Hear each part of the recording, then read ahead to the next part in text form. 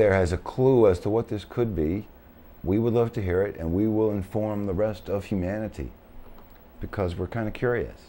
We'd like to know if new species are evolving right before our eyes and whether or not they're going to fit into the environment, as they say. We're getting a call now.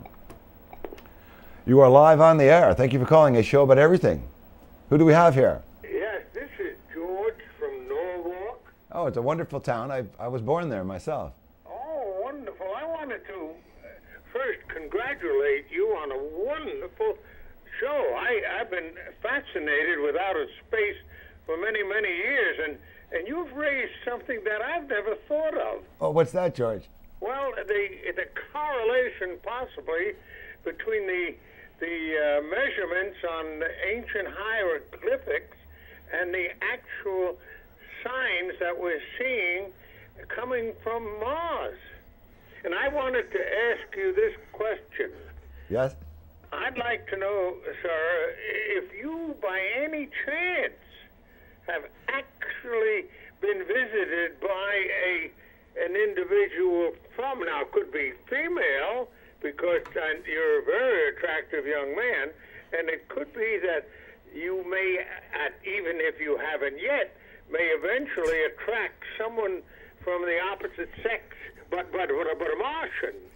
And I only want to warn you that I've actually been visited by someone from outer space, and this was a female, of course, because I too have a certain interest in the opposite sex, and this female had a long tail. And that's all I can say right now. I wait for your answer. I thank you for that. Thank you, George, for those comments. I am stunned by your comments. We have nothing on the screen. We're going to have to think about that connection that you brought up between Mars and, what was it again? Oh, the matrix of ancient art and the whole concept of us possibly being Martians ourselves now. I bet you what happened is the Martians never developed on Mars beyond the microbial stage. They got sent here.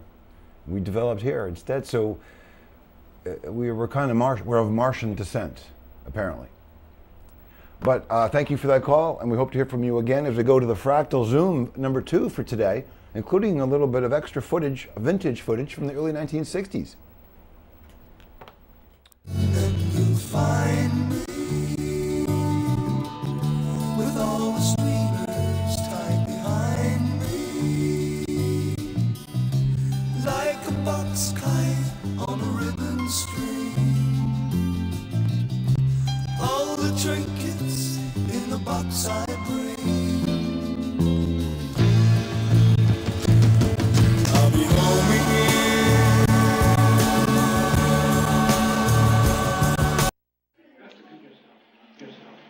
Now, so far, are these visual things the only effects you find? No. What other effects? It's all to do with colour. It's all to do with round, with shape. Everything's colour. Everything, you know, is... Oh, it must be to do with orange. Not only with orange. Oh.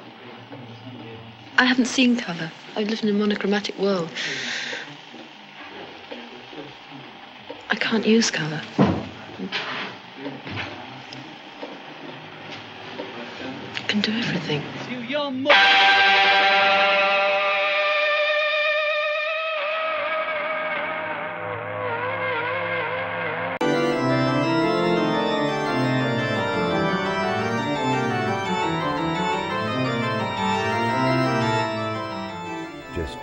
We are decompressing, pulling you out of the DNA matrix, back into your normal consciousness.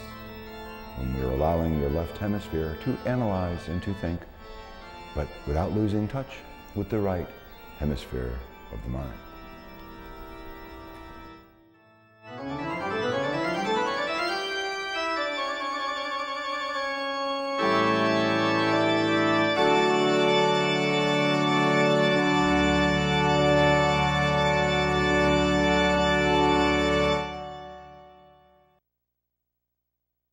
Here is part of an interview with the subject just before LSD is to be administered. My husband is an employee here at the VA, and he told me that they were looking for normal people, and I volunteered.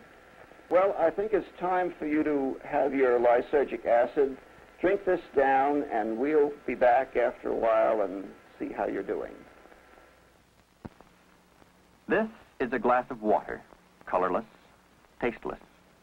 It contains 100 gamma of LSD-25, 1/10 of a milligram, the equivalent of 1/600th of a grain. An ounce of this material will make 150,000 such doses. Let us observe the effect some 3 hours later.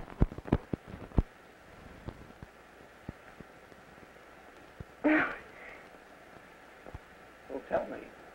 Well, I just couldn't. I couldn't possibly tell you. It's here. Can't you feel it? This whole room, this everything is in color, and I can feel the air. I can see it. I can see all the molecules. I'm part of it. Can't you see it? I'm trying. Oh, it's just like you're released, or you're free, or I don't know how I can tell you. How do you feel inside? Inside? I don't have any inside. Is it all one? It would be all one if you weren't here, and if nobody else. Yes, everything is one. You have nothing to do with it. I am one with what I am. I can see everything in color. Everything. You have to see the air. You can't believe it. And the dimensions and all the prisms and the rays and everything coming down through you and moving.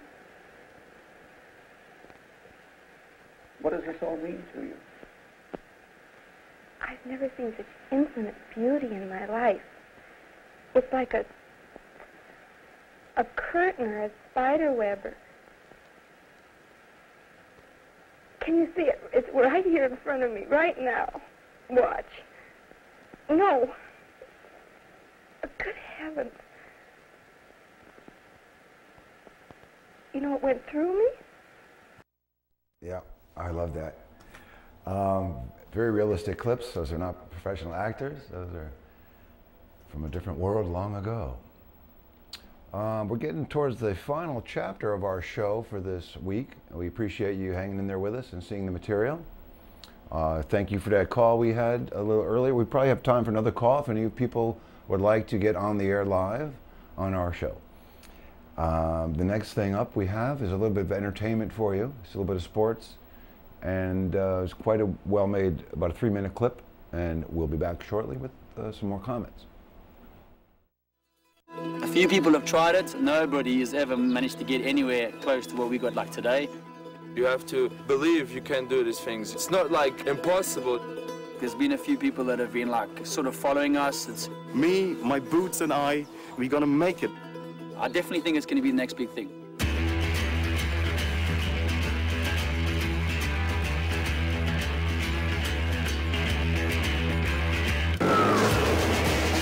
Liquid mountaineering is actually Ulf's brainchild.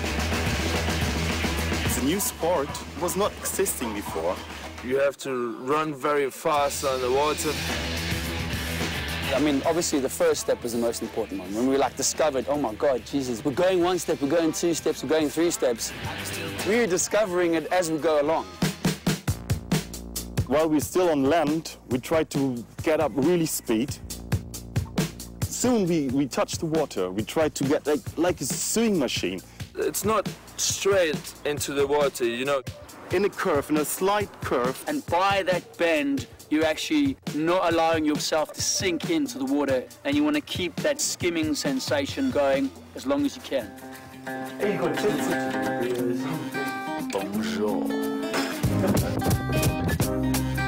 What gets us those extra steps are these shoes. The original equipment where it first all started was the equipment that would help repel water. We found some shoes by mistake, actually. Totally water repellent. It's like water off a duck's back.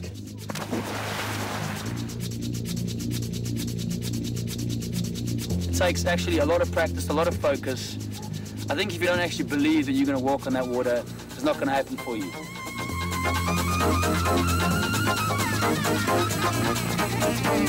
Go, go, go, go, baby, baby!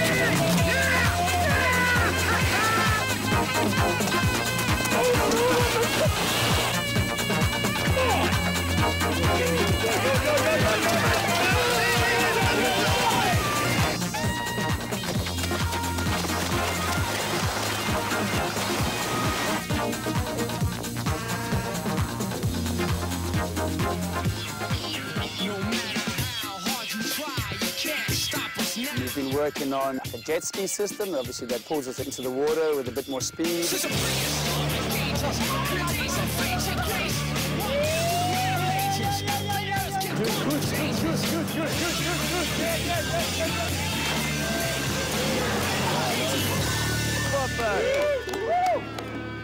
Be with yourself, believe in it. It's not about the miracle, it's just go for it. Try to do it. If you fall down, try again. People want you to think in a certain way, and this sport actually allows you to push your horizons further. It's not boxing you in and saying that's what you are. You're just like, you're moving past it all.